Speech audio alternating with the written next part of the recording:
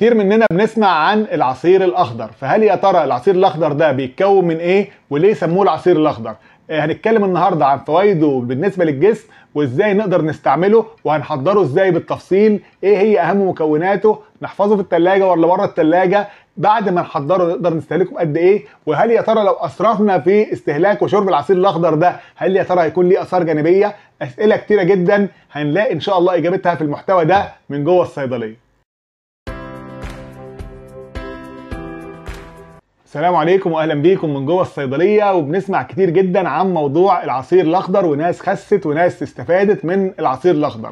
لو حبينا نتكلم الاول يعني ايه عصير اخضر، هو مزيج من فواكه وخضروات كلها بتمتاز باللون الاخضر اللي هي فيها ماده الكلوروفيل، وماده الكلوروفيل دي هي المسؤوله اللي بتدي النبات اذا كان فاكهه او خضار اللون الاخضر. اي لون اخضر فيه فاكهه او نبات لازم يكون في ماده الكلوروفيل، وماده الكلوروفيل دي هي اللي مسؤوله عن البناء الضوئي اللي هو بيحرر الاكسجين وبيعمل غذاء للنبات، فهي ماده بتبقى فيها غذاء جامد جدا، وعشان كده بيبقى العصير الاخضر ده ليه فوائد كتيره جدا. لو حبينا نتكلم على فوائد العصير الاخضر هنقول ان هو طبعا زي ما احنا قلنا هي كلها الياف، يعني الالياف دي بتساعد اول حاجه ان هو في عمليه انقاص الوزن، لان الالياف طبعا بتدي شبع وسعراتها الحراريه منخفضه جدا. تاني حاجه ان هو بيحسن عمليه الهضم وبيرمم المعده من الالتهابات، فاي عسر هضم او اي التهابات في المعده او حتى الناس اللي فيها قرحه معده او بيعانوا من موضوع جرثومه المعده بيبقى مفيد جدا بالنسبه للعصير الاخضر. ثالث حاجه ان هو مضاد قوي للاكسده، فبيحارب الجسم من موضوع السرطانات كمضاد للسرطان، وفي نفس الوقت بيرفع المناعه ان هو يحارب الجسم من كتير جدا من الامراض. رابع حاجه ان هو مضاد للالتهابات قوي جدا، فخصوصا في موضوع التهابات المفاصل، والالتهابات بتبقى سبب كتير جدا في ارتشاح الامعاء وامراض كتيره جدا، فهو بيعالج موضوع الالتهابات. خامس حاجة ان هو الالياف اللي فيه بتعمل عملية ديتوكس او تنظيف للجسم من السموم، وخصوصا الكبد اللي هو بيخلص الجسم من السموم، فهو بينظف الجسم من السموم. وسادس حاجة بما ان الجسم خالي من السموم هنحس بطاقة ونشاط طول اليوم، تقدر تعمل مجهود كتير جدا من غير ما تحس بتعب او ارهاق او خمول. طبعا عشان فيه نسبه معادن كبيره جدا فهو بيقلل الاكتئاب، بيقلل التوتر وبيقلل الارق، فبيخلي نسبه الاكتئاب قليله جدا وبيخلي نسبه السعاده والنشاط عاليه جدا. برضه في نفس الوقت عشان المعادن والفيتامينات اللي فيه بيخلي البشره ناعمه جدا صافيه ما فيهاش حبوب، وفي نفس الوقت الشعر طويل، وفي نفس الوقت الناس اللي بتعاني من مشكله الشعر وتساقط الشعر هتلاقي الشعر قوي وصحي ومشكله التساقط اللي جامد جدا. لو حبينا نتكلم على محتويات العصير الاخضر، يمكن اول حاجه هنتكلم عليها هو السبانخ، والسبانخ بتمتاز ان هي فيها نسبه نترات ومحتوى عالي جدا من النترات. النترات دي بتحافظ على صحه العضلات، فعشان كده لو بتاكل سبانخ كتير ممكن تقدر تقوم بمجهود عضلي طويل اليوم من غير ما تحس بتعب او ارهاق.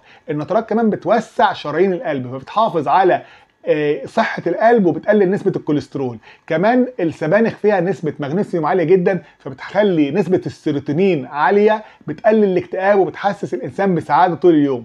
كمان فيها ليوتين، والليوتين ده بيحافظ على عدسة العين من يعني ان هي تحصل لها عتامة او اعتمام، وفي نفس الوقت بيحافظ عليها من الاشعة فوق البنفسجية. فالسبانخ بتحافظ على القلب وبتحافظ على البصر وبتخلي فيه استرخاء وفي نفس الوقت بتخلي فيه مجهود. تاني مكون اللي هو الخيار، والخيار معروف ان هو محتوى عالي جدا من الماء، والميه طبعا مهمه جدا عشان تعمل ترطيب للجسم وفي نفس الوقت عشان التخسيس وتقلل الوزن.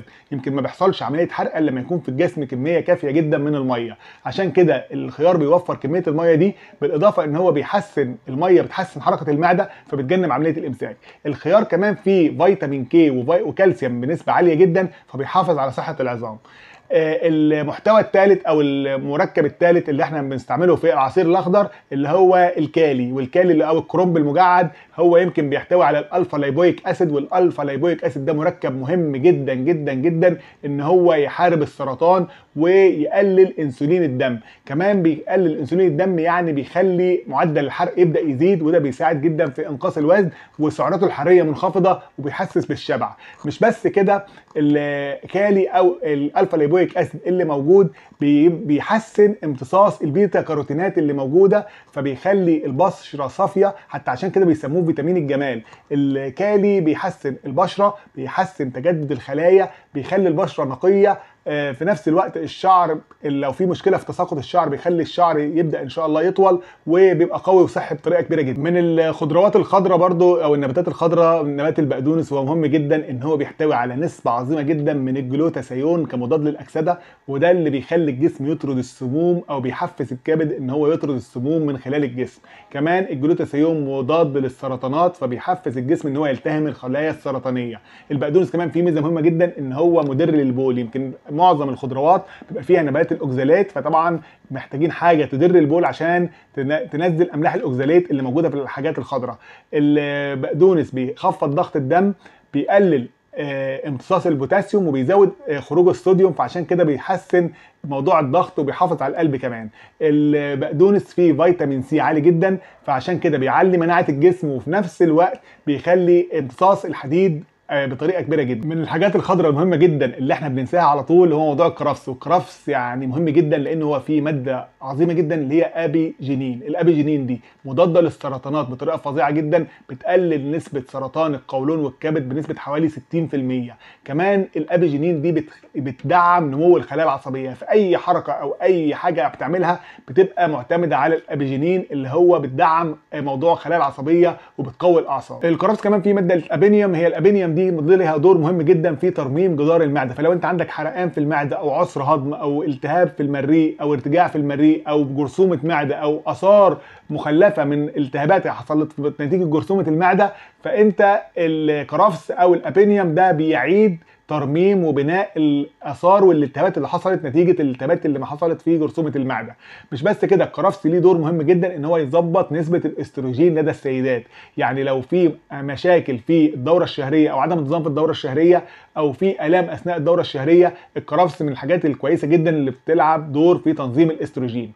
في حاجه مهمه جدا لازم تضاف على العصير الاخضر ومن المكونات المهمه جدا اللي هو الليمون، والليمون عشان فيه نسبه فيتامين سي عاليه جدا فهو بيقوي المناعه وبيحسن افراز الكولاجين، يمكن هو مهم جدا لتصنيع الكولاجين. ولو قلنا كولاجين يعني الكولاجين موجود، يعني الخلايا بتاعه البشره والشعر قويه وناعمه وصافيه وزي الفل.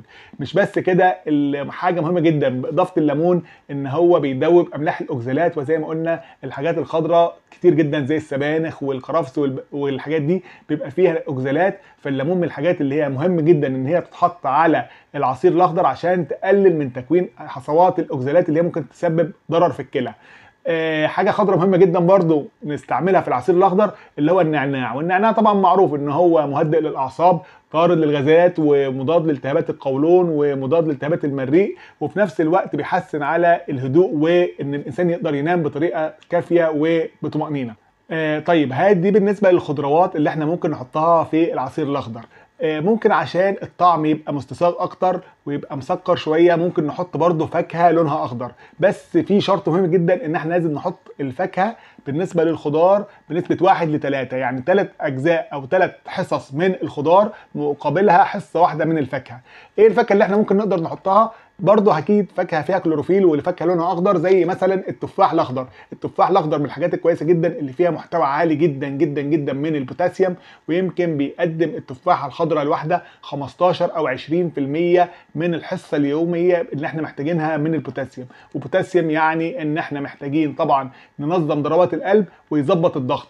كمان التفاح الاخضر من الحاجات اللي بتولد كميه اكسجين عاليه جدا جوه الجسم، فبالتالي طبعا بتحافظ على الصحه والنشاط والحيويه، وكمان الاكسجين مهم جدا لعمليه الحرق، عشان كده التفاح الاخضر محصور يعني معروف ان هو مشهور جدا في موضوع التخسيس والحميه الغذائيه.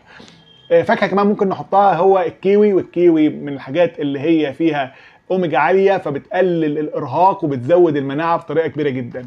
من الحاجات برضو المهمه جدا والفواكه اللي هي ممكن تدي طعم حلو ومسكر وفي نفس الوقت تكون مفيده ولونها اخضر فيها كلوروفيل اللي هو الافوكادو، والافوكادو من الحاجات اللي فيها دهون مشبعه يمكن بتحسن امتصاص المعادن والفيتامينات بنسبه 5 اضعاف، فانت كده بتضمن ان انت بتستفاد من اي حاجه بتاكلها من الحاجات التانيه اللي موجوده في العصير الاخضر او حتى في الغذاء اللي انت بتاخده في طول اليوم بنسبه كبيره جدا. مش كده بس، كمان الكيوي مقاوم للسرطان وفيه اوميجا فبيحافظ على صحه البشره والشعر. طيب هنحضر العصير الاخضر ده ازاي؟ هنجيب الفواكه او الخضروات اللي احنا قلنا عليها، بس اهم حاجه زي ما احنا قلنا تكون بنسبه 3 حصص خضروات لحصه واحده فواكه. هل يا ترى نلتزم بالحاجات دي بس؟ لا، ممكن كمان في خضروات تانية ما قلناش عليها زي البروكلي او الجرجير او السلق او الكوسه.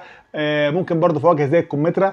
الحاجات اللي احنا قلنا عليها كلها اذا كان خضروات او فواكه هنحضرها بنسبه 3 ل1. هنغسلها كويس، مش كلهم طبعا، هنجيب حاجات معينه من اللي احنا قلنا عليها زي ما يتراءى لينا حسب امكانياتنا وحسب ميزانيتنا، وفي نفس الوقت هنغسلها كويس جدا وهنضربها في الخلاط. وبعد ما نضربها في الخلاط يفضل ان احنا ما نصفهاش، نكبها على طول في الكوبايه بحيث ان احنا نستفاد من محتوى الالياف العالي. الالياف فيها يعني هتحسسنا بالشبع، محتوى عالي جدا من الالياف دوت هيحسن حركه المعده، في وقايه من السرطانات، في حاجات كتيره جدا الالياف نستفاد بيها. لما بنصفي العصير من الالياف بنفقد جزء كبير جدا من فايده العصير الاخضر. هنستعمله ان احنا نشربه ممكن من 3 ل4 مرات اسبوعيا. الاسراف فيه مش كويس، لان طبعا لو اسرفنا فيه هيبدا يبان اثار جانبيه اللي هي ممكن تحصل نتيجه الاسراف في ماده الكلوروفيل، اللي هو ممكن يحصل مغص او اسهال او غثيان او قيء. وكمان ممكن كتر استعمال العصير الاخضر طبعا نتيجه ان هي فيها املاح اوكسالات ممكن يكون بعض حصوات الكلى. فمن 3 ل4 مرات اسبوعيا دي كميه كفايه جدا، هتدينا الفوائد اللي احنا قلنا عليها قبل كده، وفي نفس الوقت هتجنبنا موضوع الاثار الجانبيه اللي هي ممكن تحصل. طيب بعد ما نستعمل، يعني بعد ما نعصر العصير الاخضر نستعمله لمده قد ايه؟ ما ينفعش نستعمله بعد 24 ساعه من العصر، لان المواد اللي فيه بتتاكسد.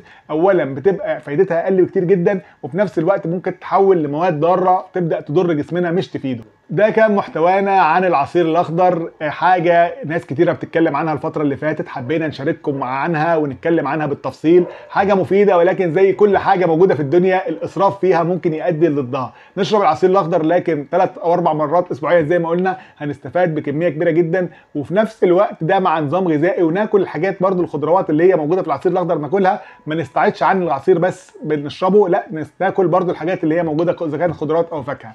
ده كان محتوانا، نتمنى ان شاء الله يكون قدم افاده ليكم. لو حاسين ان في حد ممكن يستفاد بالمحتوى ده يا ريت تشاركوه معاكم في نفس المحتوى، ونلتقي باذن الله في محتويات جديده تكون مفيده من جوه الصيدليه.